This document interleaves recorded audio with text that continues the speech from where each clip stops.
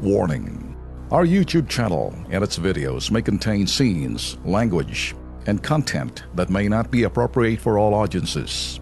These videos include surveillance footage, undercover pursuit of suspects, actual police and rescue operations, and fearless confrontations.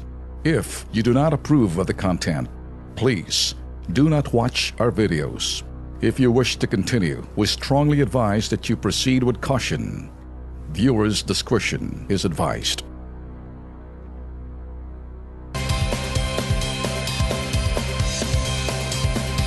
Etong isyu, halos 200 ang pinatay ni SPO3 Las Cañas nung siya ay miyembro ng Davao Death Squad DDS. Anya, ipinaligpit daw din ni President Duterte ang mga drug lords na karibal ng kanya mga pinoprotektahan, mga ka-KP. Anong sa inyo, Lex? Grabe ano nun, to? 200? Oh. Ano bang tawag mo dyan? Mass murderer na yan, ha? Kita mo nga naman. Hindi ko maintindihan, Lex. Kung ito yung mga...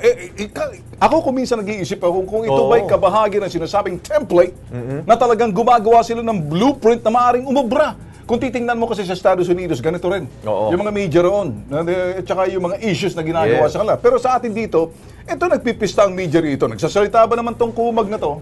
At kung ano mga sinasabi. Kayo mga ka-KP, anong tingin nyo? 200 ba naman? Pero mo, aaminin mo. Dapat sa kanya, hulihin na ito ang dami mo palang pinatay Mamamatay tao ka pala dapat yan, kasuhan ito. Gusto niyo sabihin, Lex, siya'y faithful and loyal follower. Sunod. Kaya pati daw pinaliligpit daw ni President Digong yung mga drug lords na karibal ng kanya mga pinoprotektahan. Parang saliwa yata, no? Siya yung lumalaban against sa drugs, biglang sasabihin mo na siya yung may pinoprotektahan siyang involved sa drugs. Ano bang tamang script po ba dapat sabihin ni Las Cañas? Las Cañas pala. Alam mo to si Castañas, si Las Cañas, si Las Cañas pala. Ang nagpipista kanina, puro mga dilaw nakikita ko, sa alinhinan sila talagang yung sinasabing 2 hours to fame. Anyway, nangyari. Ito sabi ho ni Michael Salvador, ang sabi ho niya ito sabi niya lang yun, walang ebidensya, puro ngak-ngak lang. Si Ronald Silver, hindi kami maniniwala sa Satanas na yan. Las Cañas pala. Las Cañas. Las Cañas. Si Melody Tezuka, hindi ganun kadali paniwalaan ang sinasabi ni Las Cañas. Kailangan meron siyang tamang ebidensya na magpapatunay kung totoo nga lahat na kanya pong testimony laban kay President Duterte. Alam mo, Lex, ang burden kasi ng proof nasa kanya. Biro mo, nagsinungaling ka na, tapos biglang babawiin mo, nagre-recant ka, nung ginawa mo, public press conference ka dyan sa loob ng Senado, at ngayon, ginawa mo na naman, nanumpa ka na naman dyan, paano ho yun kung babaliktad ka na naman? Dapat yung perjury case natin, dapat dagdagan ng parusa yan, di ba? Alam mo, Lex, masasabi, ito natataranta to wala nang magawa ng ewan. Kasi kanina, pag pinakinggan mo talaga, pagkatapos yung mga nandoon yung mga dilawan, iisa lang ang kanilang gusto mangyari. Maiparating ang mensahe na lahat na sinasabi ni Las Cañas, totoo. Sino bang may pakana niyan? Hindi ba yung...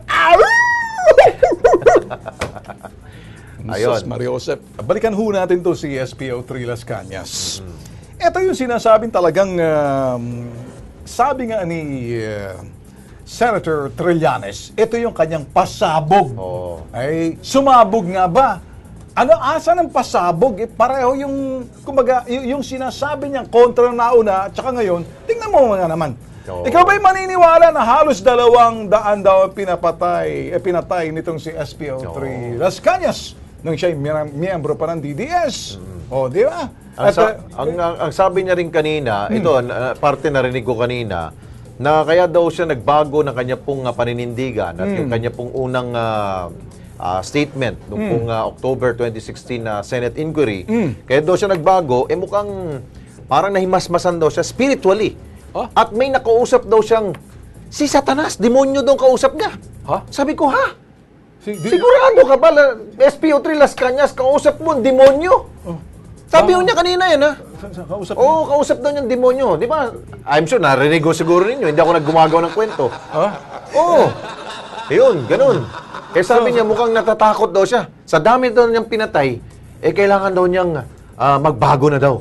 So magbago siya dahil kay Satanas. Oo, kausap niya Si Satanas ang nagsabi sa kanya, Demonyo magbago daw ka na. kausap niya. Kausap niya. Ulit-ulitin niyo ninyo, pakinggan niyo sinabi niya, ay, muntik na ako mahulog sa upuan ko kanina. Okay, so sa makatuwid ang pagiging spiritual niya doon sa sinasabing Ayun. mundo ng mga sinasabing demonyo, Yun. na kung saan para siyang nakonsensya dahil kay Satanas. So ang kung ikay may konsensya, nakukonsensya ka sa mga bagay na mali. Oo. Alam mo naman si Satanas. Dati, di ba? Kapag ikaw ay gumawa ng masama, sinong bumubulong sa'yo? Oh. Di ba? Ang demonyo? Yan. Oh. That's ngayon, nagbago ka, gusto mo magbago, Oh. demonyo pa na nagsabi sa'yo na magbago ka. Ay, demonyo. Pwede ba yun?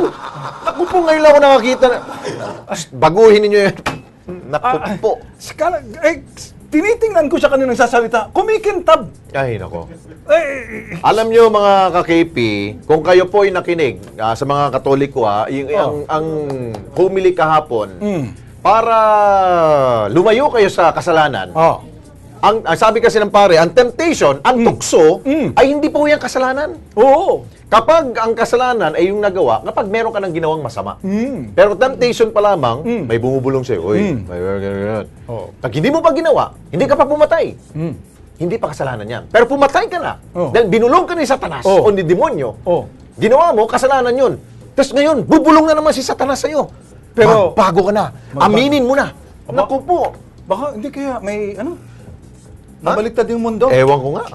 Ay, yan ang rason kung bakit daw siya nag-recant sa kanya sinabi.